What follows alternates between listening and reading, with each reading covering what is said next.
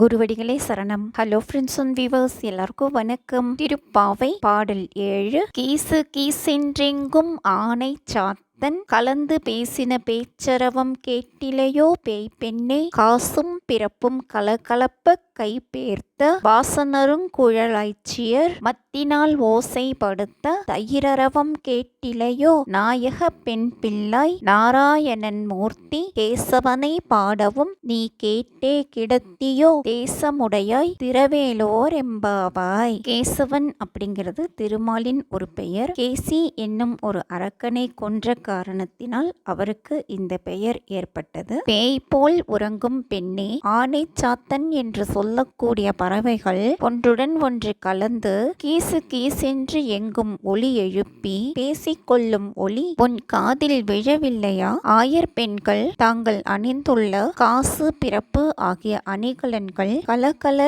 என்று ஓசையை எழுப்பும்படி மத்தினால் தயிர் கடையும் ஓசையும் உனக்கு கேட்கவில்லையா? ஆயர் பெண்களுக்கெல்லாம் நீ தலைவி என்று சொல்லிக் கொள்பவளே, நாராயணன் மூர்த்தியாகிய கேசவனை நாங்கள் பாடுகிறோம். அதை கேட்டும் படுக்கையில் இருந்து எழாமல் இருக்கிறாயோ? ஒளி வீசும் மேனியை உடையவளே, கதவை திறப்பாயாக.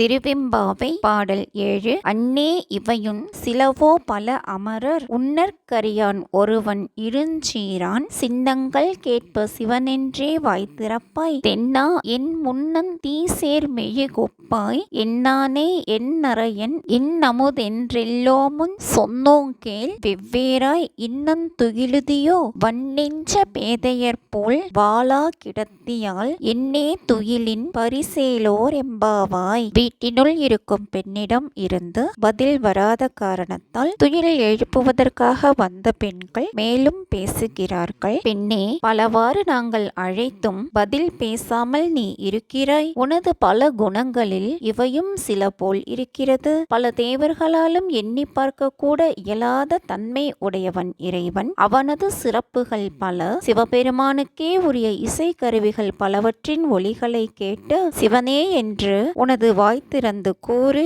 தெற்கு திசைக்கு உரிய தென்னவனே என்று கூறுவதற்கு முன்பே தீயில் விழுந்த மெழுகு போல் மனம் உருகுவாய் அல்லவா? இது உனது பழைய நிலை. ஆனால் இப்போது உனது நிலையே வேறு. எனக்கு உரியவன், எனது தலைவன், இனிய அமுதத்தை போன்றவன் என்று நாங்கள் எல்லோரும் சேர்ந்து தன்னந்தனியே வாழ்த்தி இறைவனை பாடுகிறோம். இன்னும் நீ தூங்குகிறாயா? கல் நெஞ்சம் படைத்த அறிவில்லாதவர்களைப் போல சும்மா கிடக்கிறாய். தூக்கத்தின் பெருமைதான் என்ன? நீயே கூறுவாயாக.